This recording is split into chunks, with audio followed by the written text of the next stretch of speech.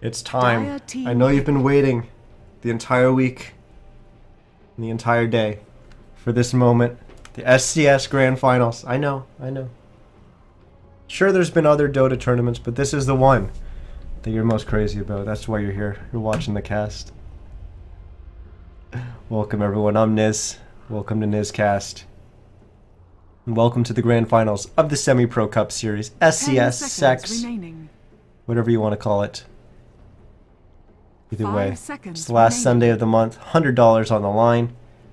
And, well, we've got a team going by the name of Lewd in game, going by the name of Goons in the brackets. They knocked off our previous week's winners, champions in the semifinals, putting themselves in the grand finals here. But they're going up against a team that, Radiant team pick. Well, they've been running train on their previous opponents. Stratos Gaming, they've been doing work. They have been doing work. And, well, we're going to see if they're going to be able to keep that train rolling. 12 minutes for their first win. 24 minutes for their second win. I hinted at maybe 36 minutes for this one. We'll have to wait and see. But Stratos Gaming, they've been playing some impressive Dota. That last game, 10 seconds remaining. Honestly, like, it was, like I said, 24 minutes. Seconds remaining. Wasn't really that close, though. I mean, what game ends in 24 minutes that isn't close? But time. I mean, at the 12-minute mark, it was closer than the previous game, but it was still very Stratos Gaming favored, as their early game has been phenomenal. And then once they've had that advantage, they really haven't let it slip at all. So, will they be able to keep that going moving forward? We'll have to wait and see. But let's pick up with the bans and the picks, as we've got Dazzle and Ember Spirit banned out by Goons. Doom, Brood Mama banned out by Stratos Gaming. Interesting, no Alchemist ban. Still in the pool. Stratos Gaming choosing not to pick him up, though. Shadow Fiend, Venomancer, they are in love with the Venomancer. Picked it all 3 games so far tonight that we cast, at least. Remaining. Probably picked it the games prior as well. 5 seconds remaining. But, they're going to have that Venomancer on their side. They're going to have the Shadow Fiend again, which we saw Slayer play last game, and he was scary on that hero. But that's a pretty strong combo that the Dire side has picked up so far. Winter Wyvern and Darkseer, of course. Vacuum, Wall into a Winter's Curse is nothing to take lightly. If they get that combo, the Vacuum into the Winter's Curse, if they get that, they hook up that combo, it is scary stuff. But it does take a little bit of coordination. That isn't the hardest combo to get, but yeah, we're going to see if they're going to be able to get that. Slardar's going to get banned out. And then, well, no Alchemist. He's going to get banned. What is wrong with me? I almost sounded a little bit disappointed that the Alchemist got banned. I don't know if you guys have been playing pubs recently, but that hero, my God. 10 seconds remaining. Please, just remove it from the game. Every damn game, it's an Alchemist. Oh, it's the worst. It is just the worst. And I don't even understand how people lose with the hero. I've picked it 3 times. I know, filthy Alchemist picker. And all 3 of those games haven't even been close. It doesn't even make sense. There was, I mentioned a little bit of my Night Stalker spam a little bit earlier, but I was spamming Night Stalker. 1 game. 10 seconds in the first, I think it was 25 minutes of the game, I killed the Alchemist on the other team 11 times. 11 times in 25 minutes. And he still got his farm. Like, what? How did... He was safe lane. He didn't get any bounty runes because I got them all. And I didn't let them stack anything for him. And I killed him 11 times in 25 minutes. Still got farm. Screw that hero. OP. Actually, I was discussing with a friend, Goofy, which he's co-casted on here before, and ex-teammate of mine. And we were talking about what the heck they're going to do to Alchemist to change him. And it's hard because in pubs, he's just... I mean, people often refer to it as the cancer hero, right? Or the cancer of the patch, whether it's Troll Warlord, whether it's Storm Spirit, whether it's whatever, based on the patch, right? Alchemist is the current one. But he's just a plague upon pubs, and you can nerf him, but is he really ridiculous in pro-level games? I mean, he's strong, but is he absolutely ridiculous that something absolutely needs to be changed? I'm not so convinced. You know, once you have 5 players coordinated going against him, he's not as scary. But put him in a pub environment and he gets a little bit of space and it's just ridiculous. Just absolutely ridiculous. So we were unsure how they were going to change it. I was thinking maybe a nerf to Chemical Rage, the regen on it. We both kind of considered that the bounty rune change needs to get reverted. It shouldn't be 5 times for Grievous Greed. It should probably go back to 4. He doesn't need the 5, and the ability to get that fast bottle is kind of a little too strong. But we'll see. Either way, we're not Ice Frog. We don't have to worry about it, as we got a little bit distracted from the draft. So let's catch back up. Undying and Queen of Pain were the 2 bans that we didn't cover since Alchemist got banned out. Then the picks Vengeful Spirit and Spirit Breaker for Stratos Gaming. So going with the Spirit Breaker once again, most likely for Lokarn. I imagine Frozen is going to be playing the Venomancer. Maybe it's the only hero he can play. So he drafts it for himself every game. I'm joking, guys. Vengeful Spirit's going to be the hero for Huron Mark, as he played that in our first game. And I imagine Shadow Fiend's going to be played by Slayer. So we're just waiting on the safe lane carry for BSJ. Doesn't necessarily mean it's going to be in the safe lane. They could go with the aggro lane that they went with last game. But we've got Bounty Hunter and now Wind Ranger picked up for our dire side heroes. Goons, Lewd, whatever you want to call them. So we've got the Wind Ranger going up against the Shadow Fiend, that matchup that we see so much in 6.85. We've got Darkseer in the off lane, Bounty Hunter, and Winter Wyvern the supports. And then they're, well, we're going to see who they're going to pick up as their last hero. In the game that we just kind of briefly watched, where we were waiting for another game to finish, we watched a little bit of the other semifinals that we didn't cast, and that's how Goons got here. And they actually ran Broodmother in the off lane, or at least I didn't see it, but this is how I kind of theorized how they ran their lanes. It looks like it was Broodmother in the off lane, and then they went with the greedy Darkseer jungle. Obviously, we've got Broodmother banned this game, and they do have a Darkseer, but I don't think we're going to see the same kind of greediness. And if they do, I think they're just going to get completely run over by Stratos because of the heroes they already have. But Gyrocopter getting banned out. And Gyrocopter is a hero that would be incredibly strong. If they manage to land that Darkseer Winter Wyvern combo, and there's a Gyrocopter to back that up, oh my. That would have been absolutely devastating, but Stratos Gaming sniffing that out, banning out the Gyrocopter. So that's not going to be possible to them. It's also a hero that's going to be strong early on. So it forces Goons to pick a hero that's, or a safe lane carry, that's going to be maybe a little bit weaker. Not going to have the same lane presence that a Gyrocopter does. And that could potentially just give them more strength in potential aggro lane as... Well, what would they pick up if they want to go aggro? They can't pick up Phantom Lancers. It's going to get banned. I was thinking the Slark, and well, they knew Slark all along, as they picked that up. So it's going to be a Venomancer, Vengeful Spirit, and Slark. Tri-lane Spirit Breaker. In well, are they going to go with that? I don't. They're probably not going to go with that. What they might do is actually leave the Slark at home. Slark against Darkseer is 10 seconds. It's weird because Slark, if he can get on the Darkseer, he can do a lot of damage to them and stop the Darkseer from going crazy. But at the same time, Darkseer Island Shell really punishes Slark pre-6. So I don't think they're going to go aggro. They're probably just going to stay at home, make sure their Slark gets a good start.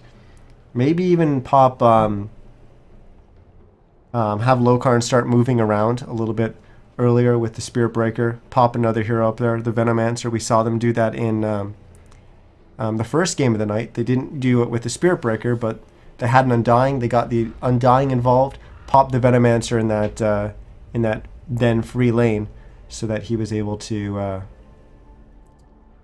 get a little bit of farm under his belt and get those early levels in the Venom wards, and yeah, it worked out well for them.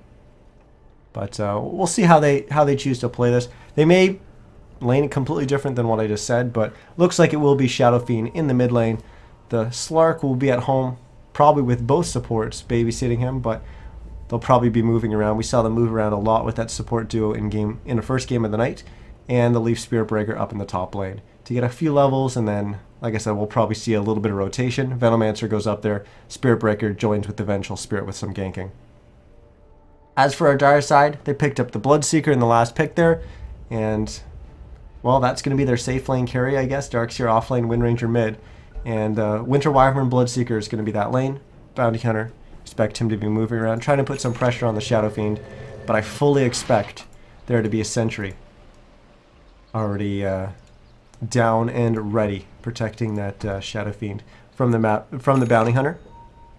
But let's introduce our teams and our players, as we've got on the Radiant side Stratos Gaming. They've been having a pretty damn good night. Obviously, they've gotten to the grand finals, but the two games that we saw, the quarterfinals and the semifinals, they were in dominating performance. That didn't make any sense, but they dominated their opponents. That's what I'm trying to say. So let's introduce them first. They're going to be on the Radiant side. Stratos Gaming. Frozen's going to be playing the Venomancer. Slayer, crazy job on the Shadow Fiend last game. He's going to be playing the Shadow Fiend this time around. Again, Huron Mark's going to be playing the Vengeful Spirit. Lokarn on that Spirit Breaker, and BSJ, Banana Slam Jamma. He's also streaming right now, with a delay, of course. But you can check out that first-person perspective of the Slark on his stream if you choose to. But like I said, he's going to be playing that Slark, most likely in the safe lane. Now, Dire side, we saw a little bit of them in a game I wasn't really casting, but I had on the stream for a bit. It's going to be Goons. They go on by the name of Lewd in game. And we're going to have a battle for top rune here, as I haven't gotten to introduce them yet because I was yakking about too much stuff. And here we go. The Bounty Hunters will get the bounty rune from the Shadow Fiend, but Shadow Fiend says, you know what? You can take my bounty rune. I will take first blood, as he drops the Wind Runner, and they'll even get a kill on the Bounty Hunter as well. Question mark comes out from the Bloodseeker. Question mark comes right back from Frozen. As an early 2-kill lead for Stratos Gaming, and then a pause, which, alright, gives us time to introduce our Dire side heroes, as they've got the Bounty Hunter, who is sitting in the fountain here. It's Zenokaya on that Bounty Hunter. Scruffy is going to be playing the Winter Wyvern, and it's, oh my, that minimap. Please. Oh boy. Whatever, Scruffy's going to be playing the Winter Wyvern. Echo is going to be playing the Darkseer in the offlane. Then we've got the disconnected Wind Ranger. That's Riku. He's going to be taking up the mid lane, most likely. And then we've got... That's not where he is. Jeez. It's acting weird when the game is paused. We got Jonathan playing the Bloodseeker. Now, all this drawing on the minimap, the idea behind this is to stop stream sniping, so that they can't see where wards are, they can't see where heroes are. Now, there's a delay, and if these guys are watching on delays, all this drawing is going to come after they've already seen everything. So I don't understand why people do this. I mean, I understand why. They want to prevent the stream sniping, but it doesn't actually do anything. So these guys are just drawing like crazy on the minimap. So whatever, they can do whatever they want with the minimap, I guess.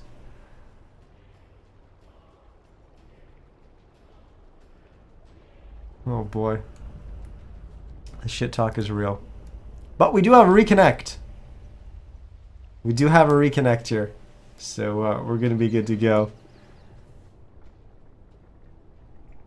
I need this pizza money. I told you. BSJ's in it for the pizza money. That's what he needs. Here we go. We're getting into the game. As we've got an unpause, and it was a great start for Stratos Gaming. I feel like a broken record by saying that, because they just been doing an incredible job. So Lokarn now is going to make his way down to the bottom lane, where they are going with the lanes that I initially somewhat predicted. As it's going to be the Spirit Breaker left at home going up against the Darkseer. Mid lane is going to be Shadow Fiend up against the Wind Ranger, and it is going to be a try-versus try in the top lane. They're going to put the Slark up here with the Vengeful Spirit, and eventually the Venomancer as he slithers his way up there. Bounty Hunter is going to want to be moving around, but with this aggro tri-lane, that's going to kind of force him to be up here helping his team. And Bounty Hunter, he sucks in lane. Like, there's no getting around that. As we're going to see initiation here, Gale followed by Magic Missile, and BSJ is actually going to go down. Scruffy getting the kill there on the Slark, and they do manage to drop the Bloodseeker, but it does cost them their Slark, and they're going to lose their Vengeful Spirit here as well, maybe? 70 HP? Yep, there we go. Scruffy gets a double. And that's not how Stratos Gaming saw this lane going. Well, Bounty Hunter may suck in lane, but they managed to get a kill there. BSJ. Oh no, now Frozen overextends. What are they doing? Frozen feeds away a kill. That's a killing spree for Scruffy on this Winter Wyvern support. He will absolutely accept that, no problem. Now, mid lane, Slayer is going to have Radiant side jungle, so he will be able to stack up camps. But so far, Wind Ranger leading the way in CS, but that's to be expected with a Shadow Fiend. But he should be fine in this lane. Wind Ranger should be off to a good start, but the Shadow Fiend shouldn't get dumpstered too hard. He should be fine. Meanwhile, in the bottom lane, Echo, he should be able to dominate this lane, but so far, Lokarn doing alright. Apparently, it's because he's a little bit of a bash lord. But we'll see. We'll see how this lane pans out. We're probably going to be watching the tri-lane a little bit more, but maybe not, as the support duo, they've smoked up, they've come mid, and Riku, oh no, in trouble. We'll get the wind run off, but he's magic missiled, he's galed, he's body blocked entirely unnecessarily, but they get the kill there, and it's a little bit of gold for Slayer, which, well, we saw what he's able to do with a little bit of gold early, followed by a lot of gold late. So he's already off to a great start here. Echo will get charged. BSJ TP to the bottom lane. He will be able to land that pounce on Echo. And look at that. BSJ immediately getting involved. This is a level 3, or it was a level 3 Slark, TPing to that bottom lane to go get a kill onto the Darkseer. It wasn't just to get a kill onto the Darkseer. They will be sitting him in the bottom lane, recognizing that he's not going to be able to get that farm in the top lane. As, well, they kind of threw away that aggro tri-lane. And now they just have to sit back and go with a little bit more standard, safer lane setup. As they'll leave the Slark here in the bottom lane up against the Darkseer. Or will they? Where is he? Oh, he's going to go for bottom room. So he's going to pounce down there. So I know Kyle is around. BSJ bottles up that haste rune. As Slayer, he went for the top bounty rune. He got it. And Shackle came through, but didn't actually latch to anything. So he'll be okay. And BSJ pops that haste, and he's running right at Riku. And with that haste, he is not afraid of anything. He's just going to jump, land the pounce. Here on Mark's going to be there with the magic missile. And Cold Embrace coming out from Scruffy. That's not going to be able to keep Riku alive because Slayer lands a couple raises, and then he finishes him off with a right click. Zenokaya able to pop into that stealth. Is now he's going to be following them. Obliged. But, he'll back away. Still a little scared that maybe we're going to have a raise come out from Slayer. Doesn't quite have enough mana just yet. So I'll actually bottle up a teammate there. Almost there. 2 mana. There we go. He's got a raise, but that Bounty Hunter is back up to a somewhat healthy amount of HP. And he's far enough away that it doesn't have to worry about it. And here we go. We've got movement all over the map. BSJ is starting to move around. Here on Mark's moving around. Lokarn's going to start moving around, and that creates a little bit of space. for Radiant's Frozen to top pop in the tower lane, is under get attack. get that little bit of farm on the Venomancer. As BSJ, he's in trouble, and there was actually some great play there from Zenokaya, making sure that he was staying ahead of BSJ. So if BSJ tried to pounce away, he would hit the Invis Bounty Hunter. And then they realized, okay, well, we can just go on him and kill this Slark. But they dropped him to some ridiculous low amount of HP. I think it was actually 4 HP. Not 100% sure on it, but it was incredibly low.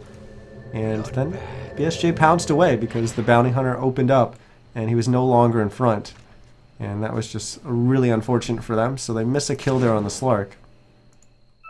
But the concept of what they were trying to do was right. Is under attack. Slayer now getting top room. Bounty. Riku will land the Shackle. But now he's in trouble. As Lokarn comes charging, he's already used his wind run. That means he's going to get stunned up here, and Slayer's going to be able to finish him off. Will Lokarn give it to him? He will. So Slayer dominating. 4-0-1 on that Shadow Fiend. 7-4 now lead for Stratos Gaming. Not the kind of lead that we've seen them have in previous games. As Goons, they're doing alright so far, but Stratos Gaming, this is definitely them moving around the map. They're definitely taking control of the game. It hasn't always panned out for them in some of these engagements, but they are the ones making the moves. And they are not letting their opponent dictate what happened in this game. They're going to make the moves, they're going to make the plays, and they're going to rely on their ability to not just make huge mistakes, which we've seen them make a few of so far and been punished for it, but they're going to rely on their ability to make the plays, not try to play into their opponent's mistakes.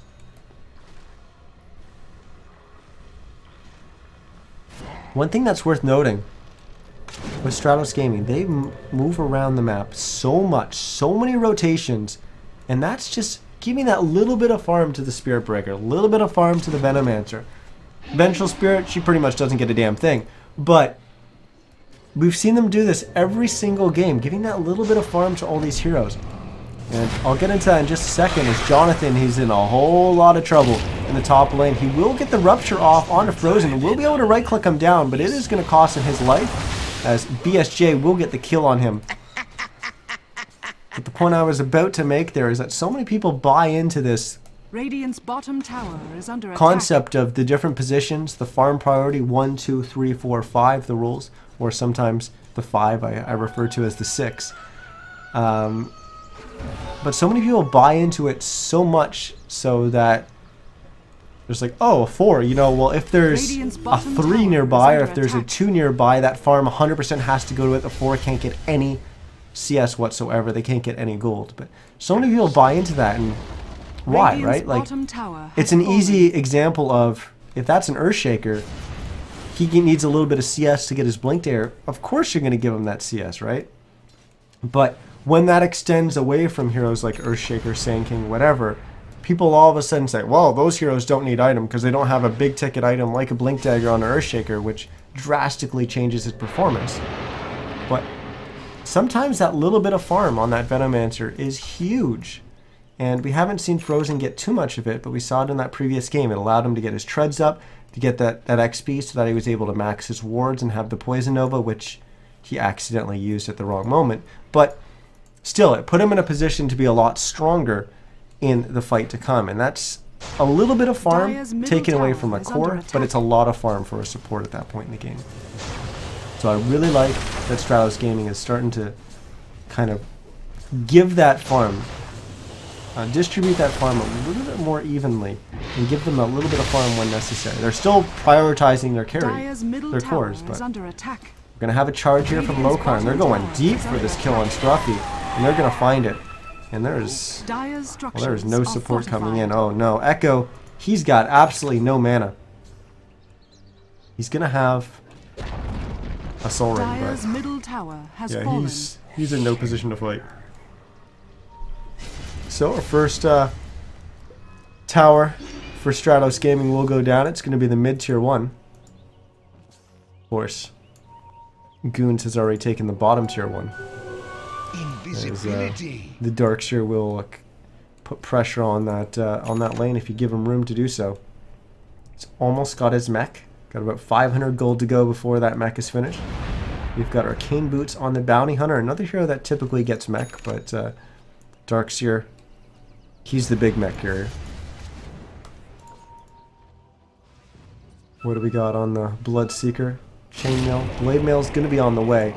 Huron Mark's going to get caught with the Rupture, and this is Zenekiah just kind of lurking in the shadows, and uh-oh. He's going to get dusted out, and he's going to go down. Jonathan's also going to get charged by a Lokarn. Oh, Shackle doesn't latch. Wow. Doesn't latch at all. Slayer lets a Requiem fly, but they're actually just going to have to disengage here. Riku's going to start charging forward. They want blood, but Slayer turns around, throws out a couple raises, and with Lokarn re-engaging, that's going to be a dead Windrunner. Lokarn now charges all the way to the top lane. That gets him out of there, and that brief little re-engage there drops the enemy mid-hero, and doesn't really cost them anything. Costs them a little bit of HP, but they get away safely. And further advantage, Stratos. We'll actually switch over to the net worth, see where we are as it all shakes down. And are we surprised? Slayer, #1 net worth? I don't think we should be after the previous 2 games, as he's out in front, not by as large of a margin as you've seen in previous games. But he's in a good spot. Here on Mark actually getting picked off again. I think Rupture... Oh, no, Rupture was not used there. So looks like Echo was able to catch up to him there. So good pick off there for Goons, and about 400 gold going their way. I'll start putting pressure on this mid-tier 1. This Frozen unfortunately just TP'd back to base, so he won't be able to get there and get those wards down. So this looks like it's going to be an easy tower for the Dire side. Meanwhile, BSJ getting a pick off on the Bounty Hunter in the top lane. Now he's going to get ruptured, but will they be able to lock down this Slark long enough? They will. They use the Winter's Curse. They've already ruptured him. He will be able to get finished off. Huron Mark comes in with the Magic Whip Missile, but that's not enough to keep his teammate alive. Lokarn charges, gets the ult off. That's a kill on the Darkseer. Bloodseeker's their next target. Slayer's on the low ground throwing raises up, but he's out of raises, so he needs to come up and get some right clicks, but they're not going to be able to get up there. Vacuum. Not sure why he just randomly said vacuum. Yes, he did use a vacuum. I don't know. I guess that's supposed to be allied chat. Whatever. Vacuum is said by Echo.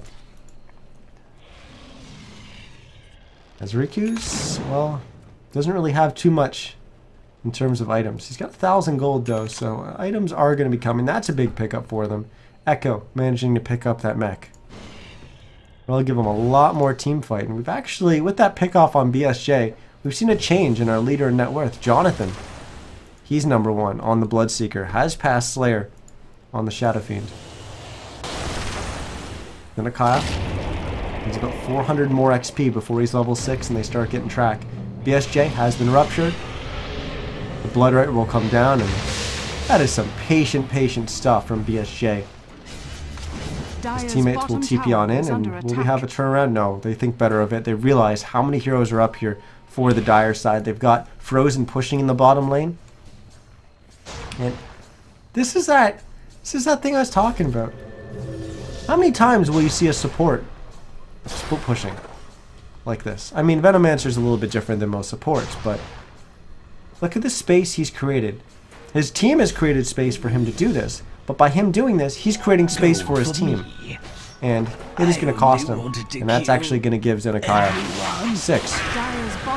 Meanwhile, on the top lane, Lokarn and BSJ, maybe they've overextended a little bit, as Lokarn's going to get blown up. Will they be able to return the kill? And on Jonathan, they will. And Scruffy's now going to TP on out, but he can't because Swap is there from Huron. BSJ, not able to get that Winter Wyvern, or will he? He's not giving up here. Oh, he pounds it down to low ground. Doesn't get the latch, but he will get the kill. Zenekiah's there. He gets the track off, but great pick off there from BSJ. And just like that, #1 in net worth goes right back to Slayer on the Shadow Fiend. Let's take a look at what he's going for. It's going to be a Sange as his first item. He's already picked up a Helm of the Dominator though, so I guess it's not really his first item. Dire's middle tower is under What do we got? attack. We got drums coming out for BSJ. Locard charging on in. Already has a broadsword, so Blade Mail is going to be his first item of choice as Zenokyle gets picked off there. Jonathan has finished his Blade Mail. He's going to look to re-engage here, but here comes Frozen. Slows him down with the Gale. Rupture's going to go out on the Venomancer, who, well, he'll just stand there. There's nothing really threatening to force him to start running away and take more Rupture damage there. Radiant's bottom tower As is under they attack. finish off that Bloodseeker. Lokarn got to watch the TP there. Dire's top tower is under Wasn't attack. able to get an attack off to cancel it, as he wasn't really going to be able to. He could have charged, but the charge actually probably wouldn't have hit the target in time before the TP went Dire's off. So structures are fortified. not wasting the mana, realizing it's Dire's probably top not tower a kill is that's going under to happen attack. anyways. But his teammates pushing this top lane. Scruffy the only one up here for the Dire side to defend, and everyone on Stratos Gaming actually playing a lot safer. They've got the Venomancer who's got good presence on the tower. Everyone just kind of steps behind him, making sure that there's not a great engage for Goons. And they casually take the tower. Good play there coming out from Stratos Gaming. Those plays are really, they're small, just how they position themselves there, but that goes a long way to making sure that you don't just have a team fight that goes horribly wrong when you're in a good position like this. I actually haven't taken a look at the gold graph, and I don't think we're going to have time here. As Echo, I actually expected that the Ion Shell to go on the bounty hunter there, but he cast it on himself. Either way, it's a pick off, and it's a track kill for Goons as they get a little bit more gold. They see BSJ, they're going to try to go after him, but he's got a mini-map. He knows what's happening. So let's take a look at our gold graph, and, well, it's been kind of up and down. Stratos Gaming does have the lead right now, about 2,000 gold in their favor. XP, just over 3,000 Radiant's XP in their top favor. tower is under attack. But Goons are sticking with them. Maybe we're going to have a longer game than we've had. So far, it's certainly looking like that. 17 minutes in, we've already passed our first game's duration. Second game was only 24 minutes, so we're going to be passing that shortly. Are fortified. Radiant's top Looks like tower Roche is going to be under coming attack. out here for Stratos. As the TPs are coming in. I know Roche is happening. Bloodright in the Roche pit. Will it catch anyone? It will catch Slayer. Track goes out onto Frozen. Lokarn charging on in. Charges on Jonathan. They've already got the kill on Zenokyle. Scruffy in the middle of everything. Gets a good Winter's Curse off, but there's not really much follow-up as he just gets bursted down by the heroes of Stratos Gaming. Echo comes in with a nice wall vacuum, but maybe it's just a little bit too late. Triple kill. Ultra kill for Jonathan. Is this going the way of Goons? Wow. Wow. That was actually looking pretty good for Stratos Gaming, but they had some really good ults, Goons. You know, the Winter's Curse was pretty good. I thought maybe the wall vacuum came too late to work out for them, but no. Bloodseeker, those two big ults got him enough space, kept him alive first of all, but then got him space to do work there, and he was able to clean up. Show fight recap. Surprisingly, that's actually not a huge gold change. Part of that, I guess, is the buyback from the bounty hunter, and I think only one of those kills was a track kill. I'm not 100% on that, but I think the only track he got out was on the Venomancer to start everything off. But either way, that fight's done and over with. We've got another one coming up, as both teams posturing around the Roche pit. And when you're in kind of one of these stalemate situations, advantage always goes to the team with the Venomancer. I mean, not always, but generally it's going to go to the team with the Venomancer. Veno wards are just so good at doing this kind of stuff. Well, maybe just the supports are going to be hanging around Roche pit now as some of the cores start rotating away, getting a little bit more farm. BSJ farming up the bottom lane. We saw Slayer doing a little bit of farming in the mid. Now he's hopping into the jungle. And yeah, now everyone's starting to rotate away from Roche, as we can't just sit here in a standoff the whole time. Lokarn, this is a rather adventurous charge. So he goes in, throws down the ult as well, and he's not going to be able to get this kill, and his team's pretty far. He's going to lose a lot of HP before he gets back to his team. He's going to get the charge off on the Bloodseeker, but that I don't know. Obviously, he thought his team was closer than they were, but that just came across as a little bit of a feed. Now, huge engage here. Huge Winter's Curse. Huge wall. Oh my goodness, that was the combo I was talking about in the draft. Scruffy's going to get a triple. BSJ's in trouble. We'll pounce up to the camp in the high ground. Then I'll Dark Pack to clear off that that track. But oh my, the team fight coming out for Goons. Now, 20-19. They are in such a good position here after 2 huge wins in terms of team fights. I said it in the draft, that combo, if they can get it together, is so scary. And we just saw what happened. The first fight they won without even lining up that combo. That second fight, oh my. Oh my. That was insane. And Scruffy walks away with the triple kill. That's a blink dagger in his pocket. We'll actually open up our item graph. Chart. Why do I always call it a graph? It's definitely not a graph. It's a chart. And see who's picked up once. We've got a buckler on the Venomancer. So I guess a pipe, or not pipe, a mech is in the pipes for him. That'll give them a little bit more team fight. Slayer, he's got his S&Y finish, his Helm of the Dom. We've got Chainmail and a Sage's Mask in the stash or Huron Mark. So Medallion's going to be his item of choice. Lokarn already picked up the Blade Mail. He's already got the Urn. Ogre Club, so that's probably going to be a BKB for him.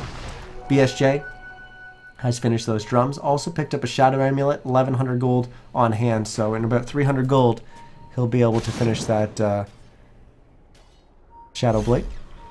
Illusion. Moving on to the Goons now, we've got a set of drums and Arcanes on this Bounty Hunter. Actually, 3 sets of Arcanes on this Dire side. We've got Arcanes on the Winter Wyvern, who, like we said, just picked up the Blink Dagger. Going Soul Ring, interesting. Typically, you go Tranquil Boots and Soul Ring on the Winter Wyvern. If you don't go that build, you go the Arcanes, and then you don't pick up the Soul Ring. And just the Arcanes and the stick is enough for you. But Scruffy electing to go with more regen. And you know what? He's probably more of an expert on that hero than I am, so I'm not going to second guess his item choice, but a little bit different than what we typically see. Echo. Got that mech. Soul Ring, so this is he has picked up that mech quite a while ago, but this is a time where they do have a mech advantage, which is great for team fights. What do we got on the Wind Ranger? Aghanim's finish and our 1,000 gold on hand as well. And the Bloodseeker, S&Y, Blade Mail, 1,600 gold. And of course, he's got that Aegis. Gold Graph, well, it was a lead for Stratos Gaming. Almost 2,000 gold, and now it's about almost 6,000, 5,000 in favor of Goons. XP, about 4,000 XP for them. So, we've got a new leader, I guess, in the game, and BSJ has found Scruffy rotating through the jungle to try to get back to his team, but not able to finish him off. He just cold embrace himself and then blinks. Lokarn actually TPing away, so it looks like we are going to have a push here in the bottom tower. Radiant's bottom tower is under attack. Everyone in Stratos Gaming, they've been making a lot of really good rotations in the early game and mid game previously, but they just completely rotated away from bottom and given up a free tower kill, but that probably was them deciding, you know what, last 2 fights have not gone our way, let's sit and farm, let's rat, let's do a little bit of split push, buy a little space, and let's just out farm these guys.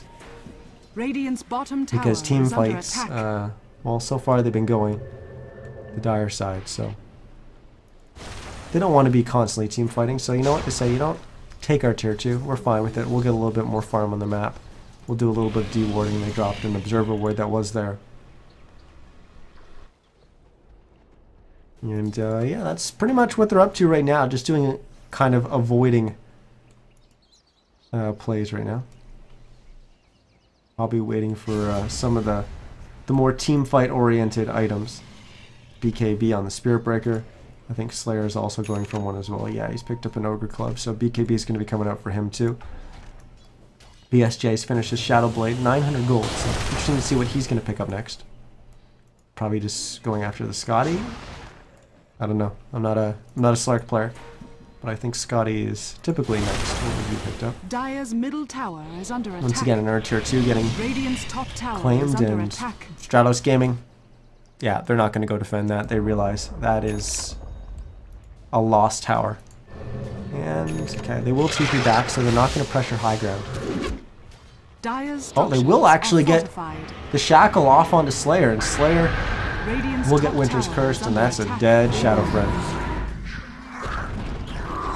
Dire's Space bottom created, though, I tower guess, has for his fallen. team to get the bottom tier 1. It's a little bit more gold in their pockets.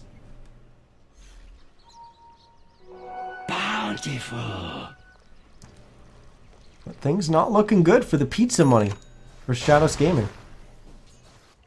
Banana Slam Jamma may go hungry.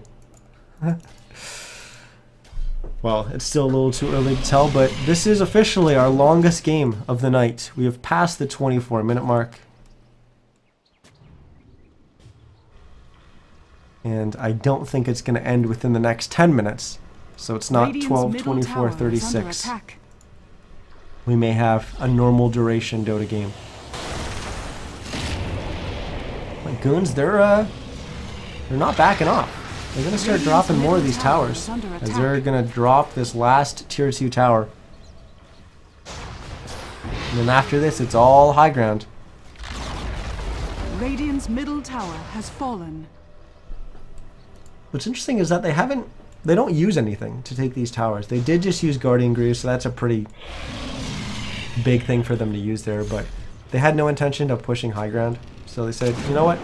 We'll use the Guardian Greaves, get the heal up, make sure none of us get picked off. And look at this. Good play. Winter Wyvern picking up a gem so they can do a lot of counter warding and just start to really take over the map. If we actually take a look at our Radiant side, they only have one Observer ward up right now. They don't really have too much vision on the map anyways, but that gem's going to make sure that there's no vision. Switch over to the Dire side. They actually don't have much vision either. They just got the 1 deep ward, but because of how strong their heroes are right now, they're just able to move around the map so freely and not really get punished by it. But there is a smoke for Stratos Gaming. Are they going to find anyone? Zenokai is close. He will pop the smoke. And they immediately dust him out. Zenokai will get stunned up, but his whole team is behind him. BSJ has to jump away. Huron Mark will go down. Frozen's going to go down as well. What a bird. And Dire's what top tower is under was a attack. little bit of aggression coming out from Stratos Gaming with the smoke play, looking for a pick-off, ends up in 2 of their heroes getting picked off.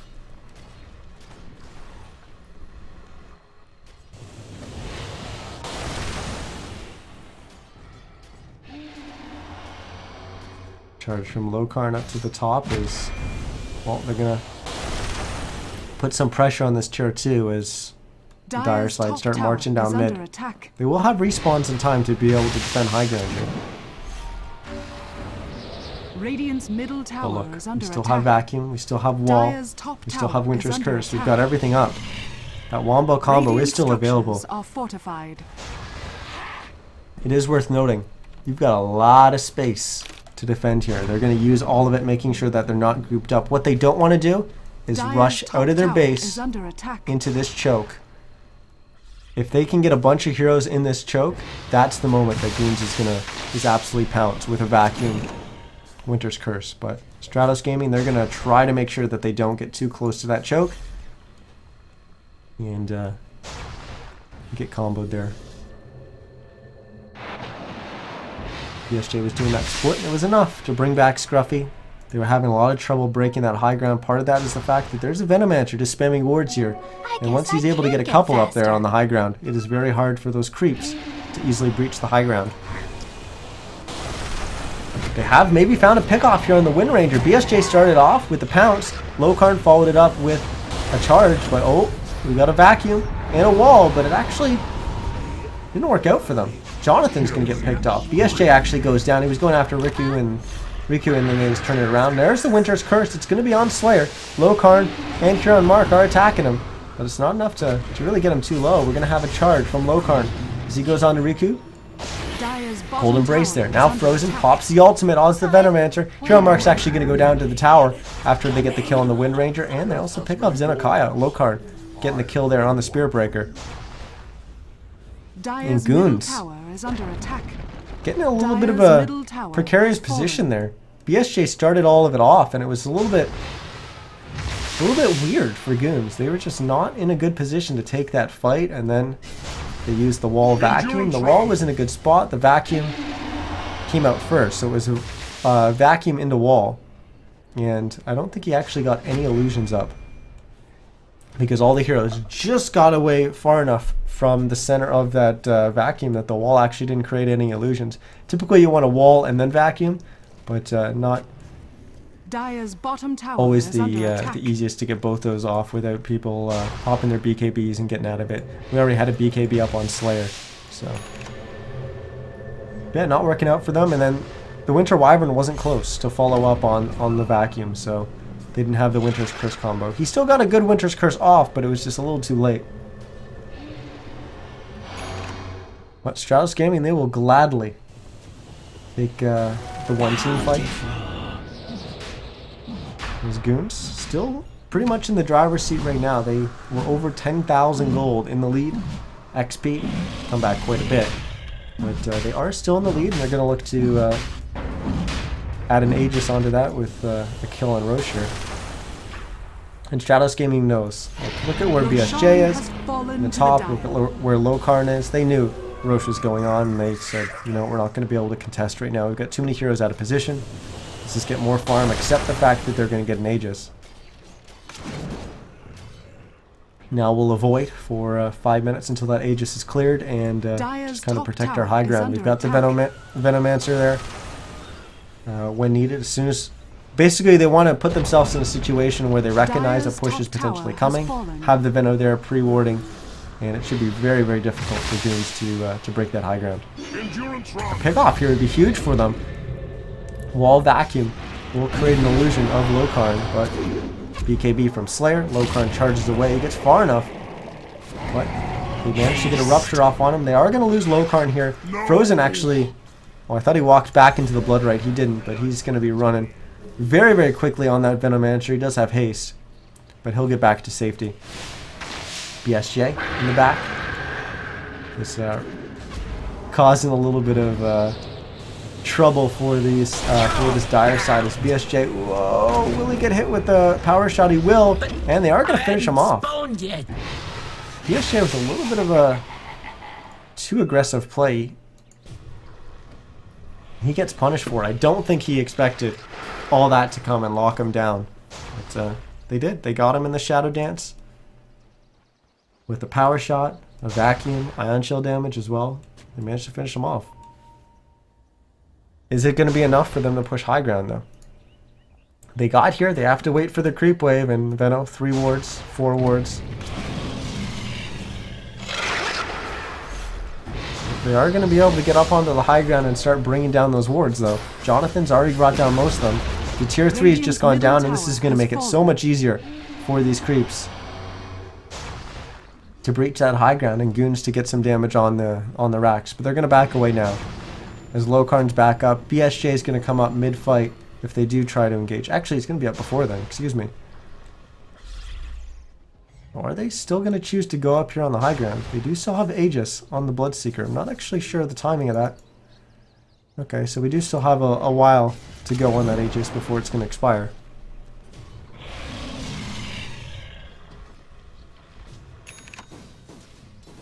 They'll actually rotate to the bottom, not because they intend on pushing bottom, I don't think, but just because they want to put some more pressure on. Because we got some new items coming out as they pick up a pipe on their Winter Wyvern. And this is to counter that Venomancer. Riku's picked up Chrysalis, so he's got the beginning of crit. Not the super strong crit that you get from Daedalus, but crit nonetheless. Zenakaya's got his Glimmer, Echo. He still has his Blink, Guardian Greaves. Whose BKB is this? Is that Echo's? Yeah, it is Echo's. I was going to say, he's got gold somewhere. Didn't actually see him pick up that BKB. I think he purchased at the same time the pipe was purchased, so I didn't see that pop up. Jonathan will throw out the Rupture. He's got Radiance as well. Slayer pops the BKB, lets the Requiem fly. And that, although it didn't really deal much damage, there's no one even close to the center of that. It just kind of forces them back a little bit. And oh my goodness, nice wall vacuum. But there's no Winter's Curse. Where was Scruffy? He had the blink, didn't he? He'll jump forward, he'll use it on BSJ. But Frozen's just sitting there attacking him. Not the best combo coming out from Goons, but it will be enough for them to claim a melee Rax. And it looks like they're going to get the range Rax, and I imagine they're just going to back away here. Question is, will they be able to do so? Lokarn's got a charge. He's going after Riku. He will get latched to the creeps, and uh-oh. Uh-oh, Lokarn. He will get the ult off, but actually he doesn't. He actually dies before he gets the ult off. But here's the engage. Echo will get bursted down despite the cold embrace. Huron Mark so low, not able to get away. Jonathan finishes him off with the Radiance of all things. And Aegis will be used. He'll respawn. BSJ trying to run so low. He will go down. Buyback's coming out like crazy as Jonathan is just doing work right now. He is a serious issue for Stratos Gaming. As Goons look to take their second set of racks, the second melee Rax goes down, and they are in a great spot to take SCS, the Semi-Pro Cup Series Grand Finals for tonight. Is 2 lanes of racks down, 36 minutes into the game. Here's that 36-minute mark. We don't see the GG just yet. This is the Grand Finals. Why back out now? Slayer in trouble, forced to pop BKB, turn around, get some damage on a Riku. Won't be able to finish him off. Well, he will be able to finish him off after he dies and his mini Requiem goes off. Death Requiem? What do you actually call that thing? Does it actually even say? I guess it's just a Requiem, but it just automatically goes off when you die. I guess there isn't a little name for it. Mini Requiem? Death Requiem? I don't know. Maybe it was coined something. Probably not. Doesn't sound too good. But, yeah, things not looking good for Stratos so far. They will pick up a couple items here. They're going to get a gem. So that'll give them a little bit more map control back. Or at least a little bit as they try to clear some of the wards. Jonathan, get latched with the pounce. This is a good pick off for them. As they'll drop the Bloodseeker. 788 gold going to BSJ. Banana Slam Jamma on the Slark. Speaking of which, he's at 7, 6, and 9. Hasn't had the greatest of games for a Slark, but Lokarn 7, 5, and 10. Frozen 0, 7, and 13. Got a lot more feeding to do, and his team plans to win, and he gets the Malk Award. But I'm sure they're just focused more on getting themselves back in this game. And with that pick off on the Bloodseeker, we're going to see a little bit of aggression coming out from them. They're going to realize we're down 2 sets of racks. If we're able to get a set of racks here in the mid, that's going to ease some of the pressure, but mainly they're trying to force out a buyback from the Bloodseeker. But there's no real reason for him to buy back just yet. If there's a full engager, he will buy back, I imagine. BSJ is going to get Winter's Curse. There's the buyback from the Bloodseeker. Nice wall vacuum again. This time, it doesn't catch BSJ, but it doesn't need to. It catches 3 heroes, and 2 of them are already dead. The third is quick to fall. As Frozen, he's gone, and it's just the 2 big cores left alive on Stratos Gaming that just weren't there. BSJ was running away early. Slayer was already well out of there. And with those 3 heroes dead, just the 2 alive, only one's got buyback. I guess the Avenge will be respawned in time, but we're going to have about 25 seconds without the Spirit Breaker, and that's going to be a tough fight to hold. 4v5. If they even buy back on the Venom here. Yeah, they will. They have to. From the breach. Requiem was starting to come out from Slayer, but he gets heals, then he'll BKB, then he'll let the Requiem fly. Gem was on the deck after they picked off Xenokai. BSJ picked that up. And it looks like they may actually be able to hold here. Swap coming in. They will be able to drop Jonathan here, or will they? Nice wall, nice vacuum coming out, but there's no wall to back it up. Still on cooldown, and nope, they're not going to be able to kill Jonathan. Jonathan just turns around, and after that vacuum, kills 3 of them. BSJ in trouble, and this is, I think this is the end of Stratos Gaming. This is going to be the end of the tournament. This Goons looking so good in this final game. They didn't look good early. Is under attack. But as we got to the mid game, oh my goodness, that combo, the Darkseer, the Winter Wyvern, they only got it right once.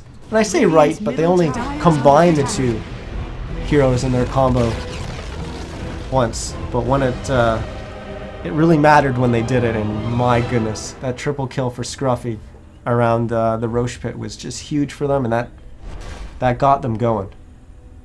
That got them going. They weren't in the greatest position at that point in the game, but after the team fight that they won slightly before that, and then once they got that combo, oh my goodness, it was so good. And then they had some spotty moments here or there. They made some mistakes. They didn't have the best of fights at times, but they managed to pull out ahead. They managed to get the pickoffs when they mattered. They forced out some early buybacks from Stratos Gaming with the pressure that they were applying to the base, and they got those 2 sets of racks, and well, they eventually took the win. 40 minutes it took them. A little bit longer than the 36, so we didn't have 12-24-36, 12-24-40. I'm sure there's still some pattern there. If you're a math guy, you're probably thinking about all the patterns. Probably not. I don't know what I'm even saying. But either way, we have a champion. They've got $100 in their pocket. If they're going to split that 5 ways, if one guy's just going to take it all, if maybe they're just going to have a big pizza party at, I was going to say Chuck E. Cheese. I don't even know if you guys have Chuck E. Cheese. Is that a Canadian thing?